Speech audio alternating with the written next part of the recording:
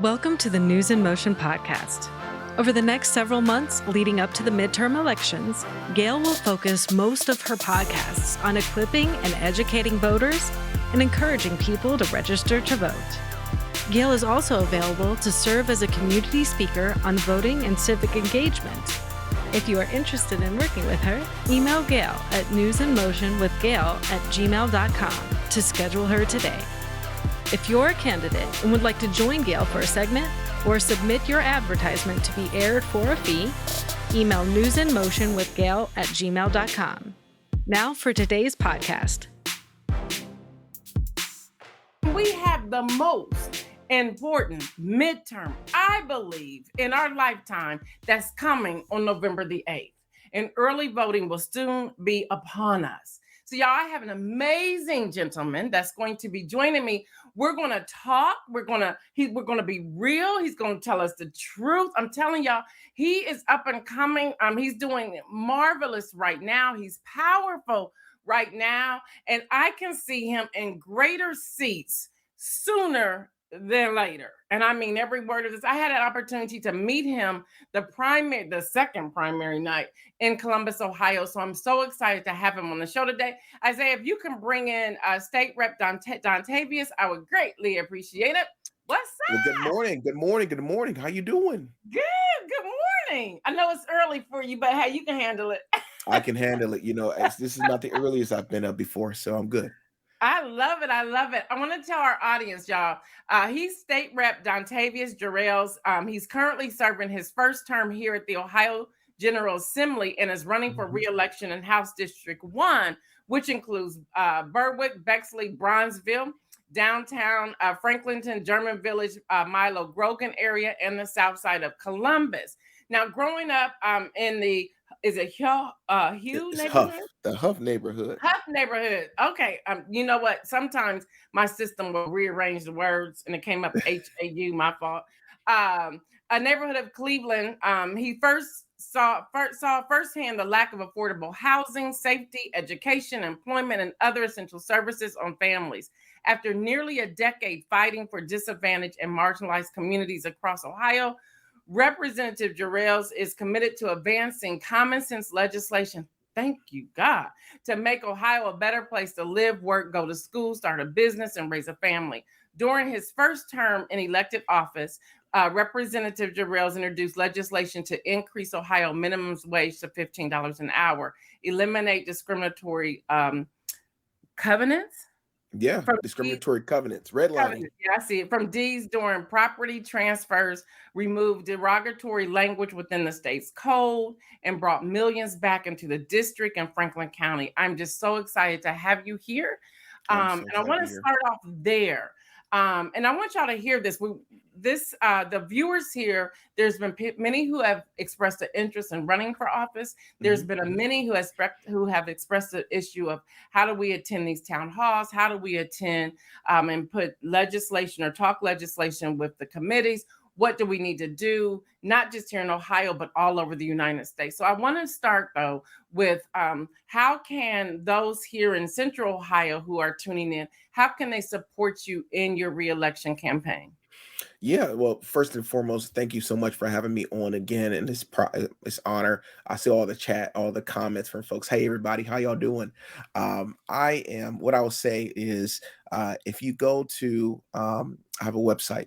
It is jarrellsforohio.us. That's jarrellsforohio.us. And it's a couple of things that's there. First thing is you can register your vote directly from our website, get you to the link and register your vote if you have not registered yet. Second is if you live in my district, as you beautifully mentioned, almost all the cities, there's actually an interactive map where you can go on and see exactly where you live in relation with whether you live in a district. And if you live in a district, vote for me on November 8th. But of course, I tell everybody, it takes money to move this campaign forward. And so we have you'll get hit probably multiple times with ask to, chip in $5, chip in $10, small dollar armies that we have. It works. and it allows us to communicate to the over Mhm. 119,000 people that need to hear us and hear about the work that we're doing in the state of Ohio. So go to my website, jarrellsforohio.us, and looking forward to Dot hopefully us, connecting not with you. gov. I'm sorry, we have that up there wrong. Jarrells for Ohio dot us, US. Dot us. Yes. Okay. Okay, Dot we'll get that us. fixed. We'll get that fixed. Okay. Beautiful. There you There it go. is. Oh, Thank you. well, I took it away. There it is. Okay. Boom. There it is. So, wow, thank you for that. And what Mhm. one thing we try to drive home here on News in Motion, that it can be a dollar, because if 19,000 people give a dollar, that's $19,000. Come on. Come on. Come on. We're talking about that, and we're trying to really get people to move beyond just voting and Right. actually understanding the vote process, Yeah. participating in the voting process. I was sharing with people earlier this week about canvassing, and that this weekend and next weekend are the two crucial weekends to get out and go Absolutely. door knocking. And so, do you have that here on your campaign? And if anybody here in Central Ohio wants to sign up, do they go to your website here? Yes. So there's a couple of ways to actually get involved. So we have a coordinated campaign here in the state of Ohio. So if you're interested in knocking doors wherever you are, whether you're in Central Ohio or in any part of the state, you can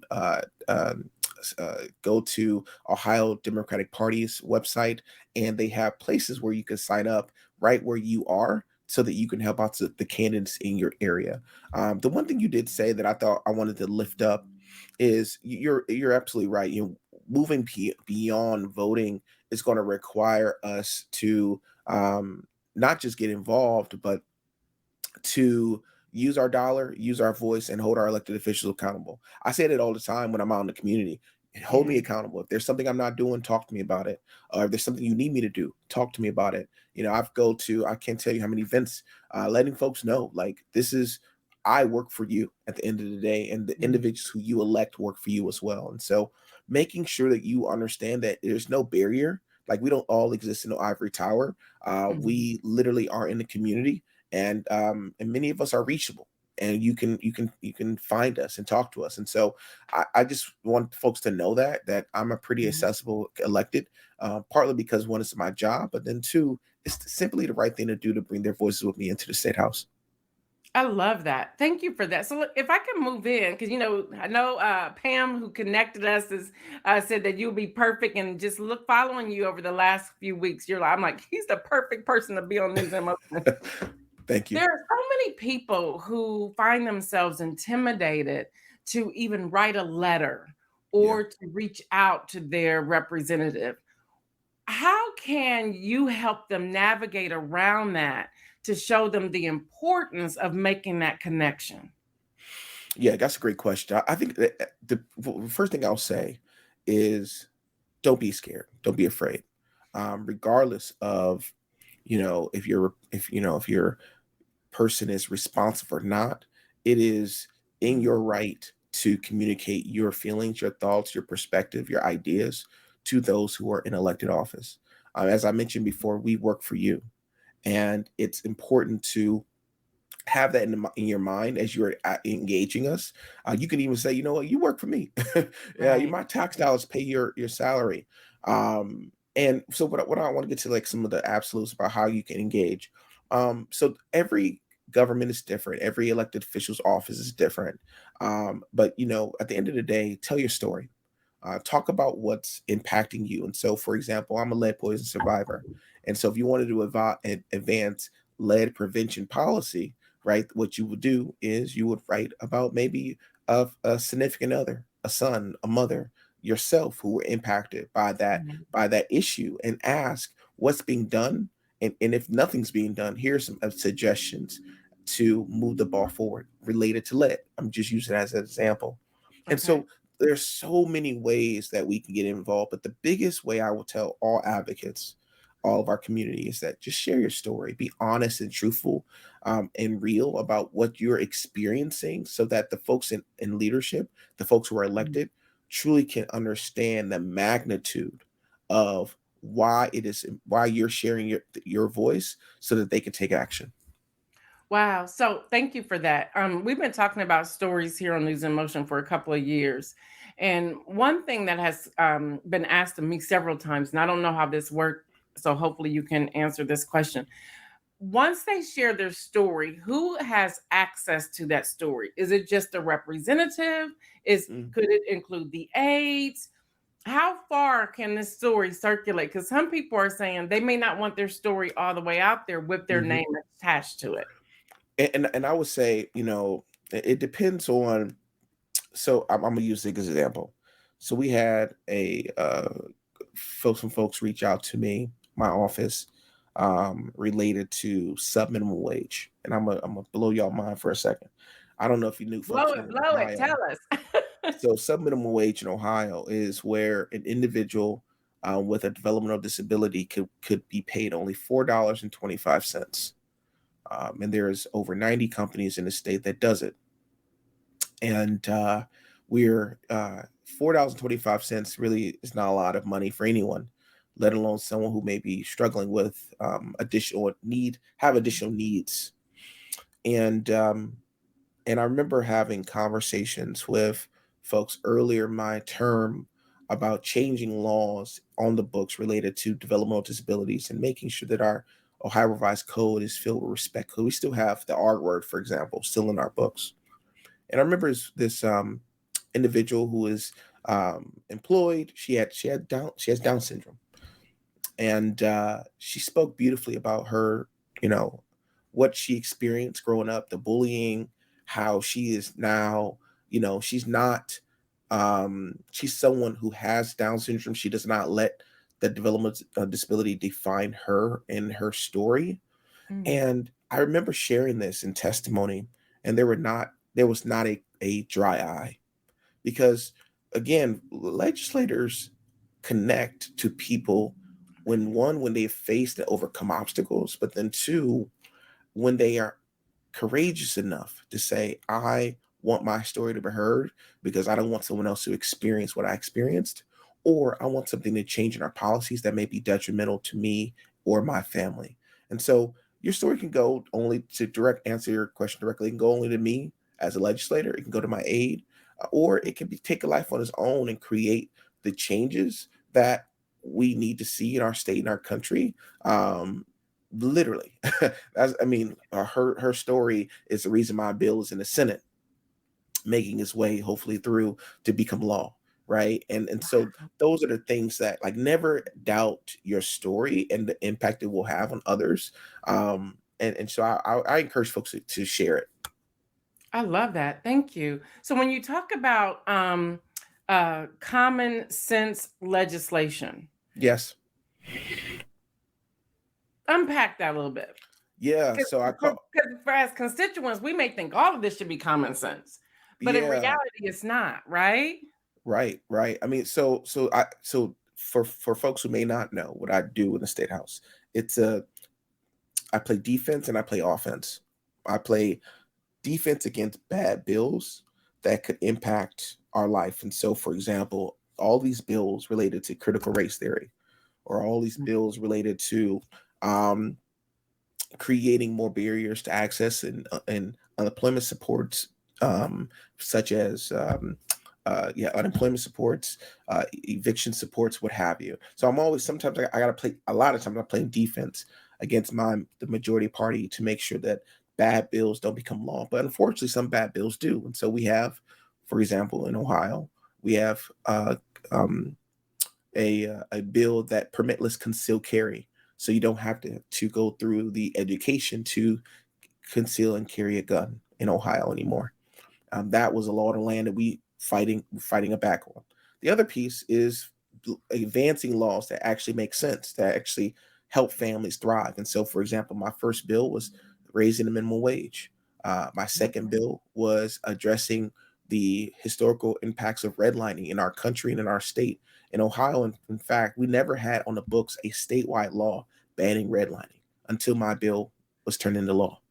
And so when we talk about issues and laws that are common sense, they're common because Democrats or Republicans or independents, wherever you fall on a political spectrum, it makes sense to have these bills a part of our community, because it makes our community better. And so I always say it's either common sense or dinner table issues, as I like to also say, because these impact everybody, regardless of where you live, who you love, zip code you're born in, or your political identity. These are bills that everyone wants um, to see happen in the state and in the country. Got you. Got you. Thank you for that. Got more questions? You got time? I'm here. Let's do it. Yeah. Okay, good. When you're talking about, when I was reading this, after nearly a decade fighting for disadvantaged and marginalized communities across Ohio, I want to get to the disadvantaged and the marginalized communities, but I Yes. also want to tie that up with the need for poll workers for this upcoming election. Hmm. I know even in August, one of my family members came face to face with this. They went to a polling location that morning. There was a sign on the door letting people know that they didn't have enough workers and they had to move them to Hmm. another location, which was about 2 blocks over. Yeah. There were so many people who were either being dropped off or who had they're not living far, so they were on their walker or cane. So the community came together to help take those individual people to that polling location, whoever was there, and then bring them back so that their loved ones, whomever, can pick them up. But what do we do about that? Because that is happening. Those are the locations that I'm seeing that are closing first. So when you talk about fighting for disadvantaged and the marginalized communities, how can we come alongside of you to fight this battle with you? Number one, and number two, what do we do with these polling places and the need for poll workers? Hmm. Yeah. So two big questions, and I want to make sure I thoroughly answer this. I'm gonna break it up. So I'm gonna start with the polling question first. For folks who do not know, you can go to your local board of elections. So wherever you are in your county, and here is the Franklin County Board of Elections, and they have a poll worker sign up. It is so important that if you have time to be a part of the political and civic process, excuse me, please, please, please sign up and be a poll worker. It's so important. Um, I've seen so many groups come together and, to your point, and create a kind of a Google sheet of folks who, said, you know what, we want to man this polling location for our community. Obviously, you got to be there at like 5:30 or 4:30, and you have to go all the way until after 8 o'clock in that day. But for so many people, every time I come in, I bring donuts or I ask folks, how's everybody doing? They're so just illuminating with pride because folks, they see their family, their neighbors come in and vote and do their civic duty. And it's really awesome to be a part of that process. And so go to your local county board of elections, sign up to be a poll worker. It's going to be amazing. The second question is a little more challenging as it's nuanced. I always tell folks I'm in the trenches every day, right? Where the community is, because I need to bring their voices with me into the state house. And the biggest thing that I do, and the biggest thing I'm proud of, to be quite frank with you, in my first term in office, is we brought over 50 student groups into the state house. These are young people who've never seen the state house ever beyond driving past it. And what I would do as an elected official, I have the ability to do this. I can bring in all of the young people into the chamber where they see, like, kind of, they can look around and they can sit in the seats where legislators are, and they can see for the first time their power in real time. And I say that because if we want to fight for marginalized communities and build up our communities, first piece is a policy piece, which I'm working on. But the second piece is we got to change the mindset of our young people so that they can see that they are powerful in their fullest selves now, as human beings, and we want to amplify their voices to change our communities around them. And by bringing them into spaces where power is happening, where whether the city council or city hall, where the mayor is, whether it's state house or even Congress, bringing our young people into those spaces plants a seed in them that they can, one, be in those spaces, but then two, use their voices to change policies for the better. And so I'm really big on making sure that we are bringing our young people in these spaces so that they understand that they are more than enough. I love that. Thank you. I have two millennial children. I believe you know one of Mhm. them. One Mhm. lives in Atlanta, one lives here.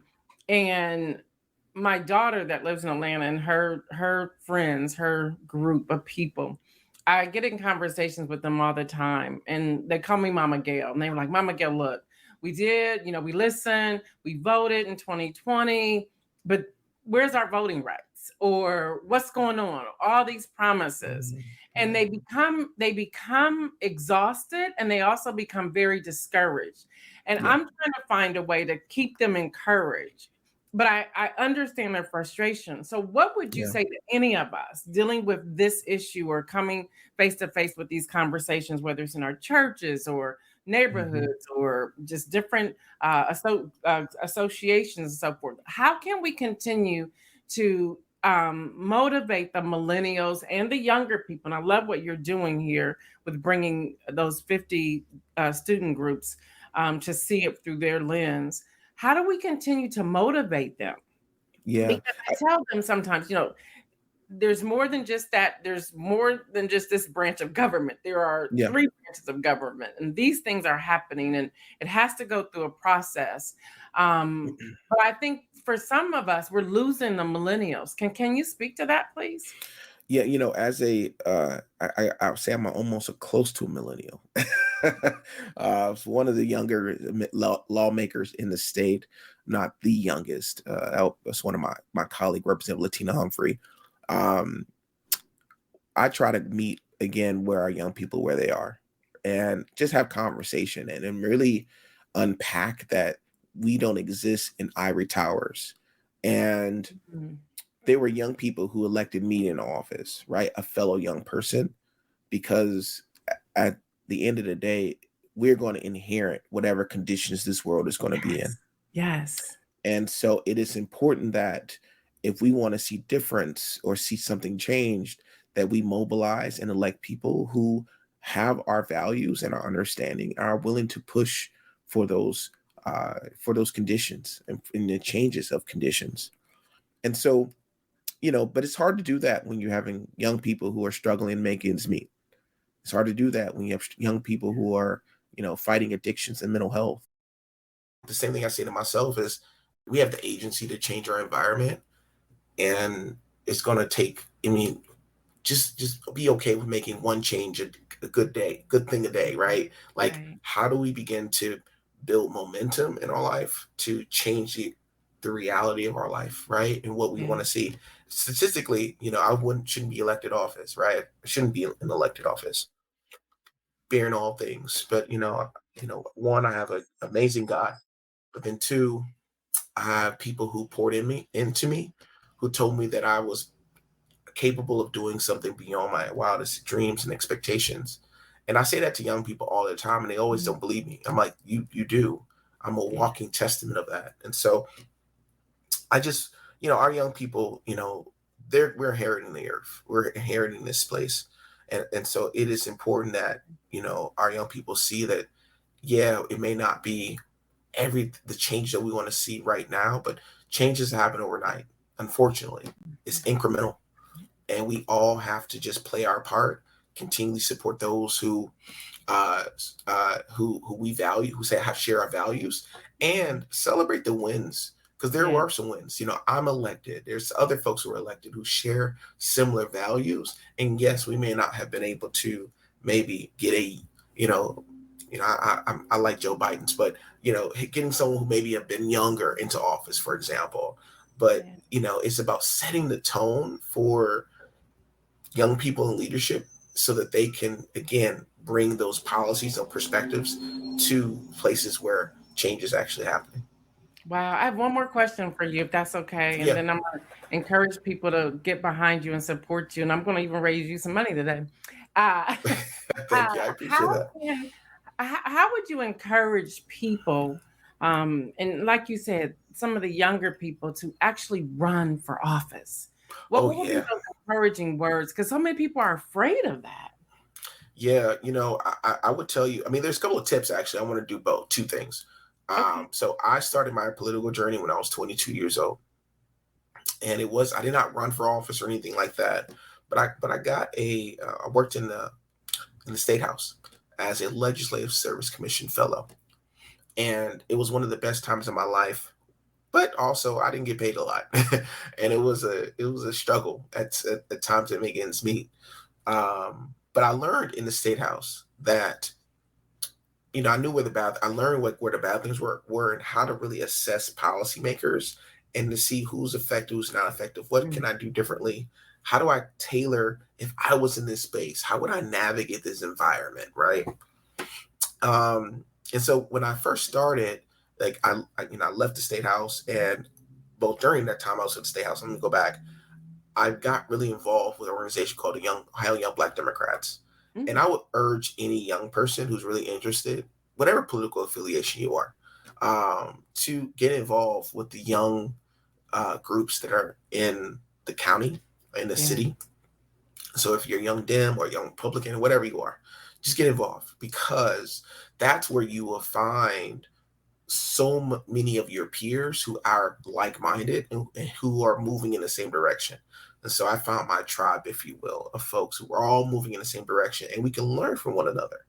And so through that process, I became a president of the organization and traveled around the state, building chapters, talking to Black young people about running for office. And we got some young people elected along the way because we mobilized us, right? We were the army, the foot soldiers, going into places and saying, we can literally through sheer will get this young person in office. And that's what we were able to do. And so the second thing I want to say is get involved, help somebody else, right? Learn from their campaign, learn how to navigate a campaign, working on someone else's. That's what I did. And then when it's time to run, it's easier for you to navigate those environments because one, you have the relationships, which are incredibly important. That's what politics is all about. And then two, you have the understanding of how to navigate and move in a way where you're playing chess, not checkers. Yeah. And so as young people, we become less afraid when we know the environment and how to navigate. And so get involved. That's how I started. And 10 years later, I was elected. Now 10 years sounds like a lot of time, but it's not. And it went by so fast. I wish I can go back to my 22-year-old self and figure out a faster way to get there. But it was literally just work and understanding that you got to put in what you're willing to get out, right? If you want to be elected, you're going to have to put in some work, much like you're going to play, be an athlete, you got to go into the gym and make shots, or you're going to learn how to be a statistician. You got to go in there and keep doing calculations. You got to put in the work to be elected. And if you're not afraid to put in the work, you're not going to be afraid to get elected. And so that's what I would say to our young people, because it is possible and so many have done it, and I know they can do it too. Gosh. And of course, I do this every now and then, so don't be upset. Can you just give me 60 seconds on what you mean by mobilizing? I know what you mean, but I want the people to hear this, because some people, I think, miss that. To me, is one of the more important ingredients. So can you give me 60 seconds on that? Absolutely. Being able to bring people together. I mean, that is what mobilizing is all about, whether it's through a common value, whether it's through a policy, whether it's through how you have served and how people are willing to be a part of that service. Mobilizing allows you to, one, share your story and the stories of what you're trying to do with others, because other people are kind of, they've said to themselves, I want to share the good news with other people about the work and about what's possible. And so, people mobilizing is what we've typically do in campaigns, and because it really is about mobilizing people to vote, mobilizing people to understand that they have agency and power, and mobilizing folks to believe that you or the policy, if it's an issue on the ballot, it's important that they use their voice. And so there's kind of three levels of it, but the biggest thing of all for young people is just to come together as young people to say, what can we do to change the conditions of our community, and then go out and do it. Love that. Again, y'all, we've been hearing from State Representative Dontavius Jarrells, who is currently serving his first term in the Ohio General Assembly and is running for re-election in House District 1. Again, it includes Berwick, Bexley, Bronzeville, downtown Franklinton, German Village, Milo-Grogan, and the south side of Columbus. Y'all know here on News in Motion, anytime I bring on a guest, and I can tell from the chat, y'all just absolutely loved him. It's time for us to put our love with a dollar sign. So what I'm asking y'all know I'm an ordained pastor. I'm gonna raise some money right now. Yeah, come on. What I would like all of us to do, Isaiah, if you can put his website back up, can they give through the website, or do you have another mode of us giving? Yeah. So there is I have an Act Blue link on my website. And so if you just type in jarrellsforohio.us, you can literally, the first thing that pops up is likely my Act Blue. And you can just go there and just donate. Or you see a big donate button on the website. We got to donate. We got to donate. Now, I'm going beyond $1. I'm asking us to start with, I'm getting ready to mess y'all up. I'm asking us to start with $25. And if you want to give more than that. News in Motion will also be given to this campaign as well. But I want us to support this young man and the work that he's doing. You have heard him just in a very short time share a lot. And I want us to give support. Now, if you live in Central Ohio and you have an opportunity to join his campaign, to volunteer, please do that as well. Go to www.jarrellsforohio.us and sign up. You can write postcards. You can knock on doors. You can make phone calls, I'm sure. But more importantly today, I'm sorry, go ahead. I'm not saying you can't. You can do all those things. And I think the biggest thing, sorry, let me cut you off. The biggest thing of all is that this election is so critically important. We always say every election is important. This one is. But this election here is the most important. So your auntie, uncle, cousin, brother, mama need to be out voting, because it is so important. I mean, we have Supreme Court races on the line. I mean, everything's on the line for this country and for our state. And I just want folks to understand that we are at a critical moment in our history, that the decisions we make at the ballot box impacts the conditions in the community that we're going to live in. Absolutely. I've been saying thank you for saying that. I feel like you just confirmed a lot that I've been saying here. I think they're getting tired of me saying it, but I keep saying this is the most important midterm election of our lifetime. I really believe that. I've been feeling that way for at least, 8-9 months, if not longer. So thank you for saying that. Y'all, again, poll workers are needed. We do not want anything to interrupt anybody from going to the polls. So we need all these polling locations open. Yes, it's going to be an extremely long day. It's going to be a long day, but please do it. That's your civic engagement for the year or for the next 2 years. Please do that. But I'm really asking you, yes, Valerie, research and know what you are voting for. Yes. Absolutely do that. Please do that. Y'all, go ahead.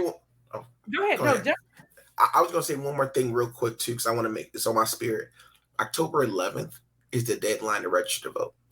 And so, in Ohio. Yeah.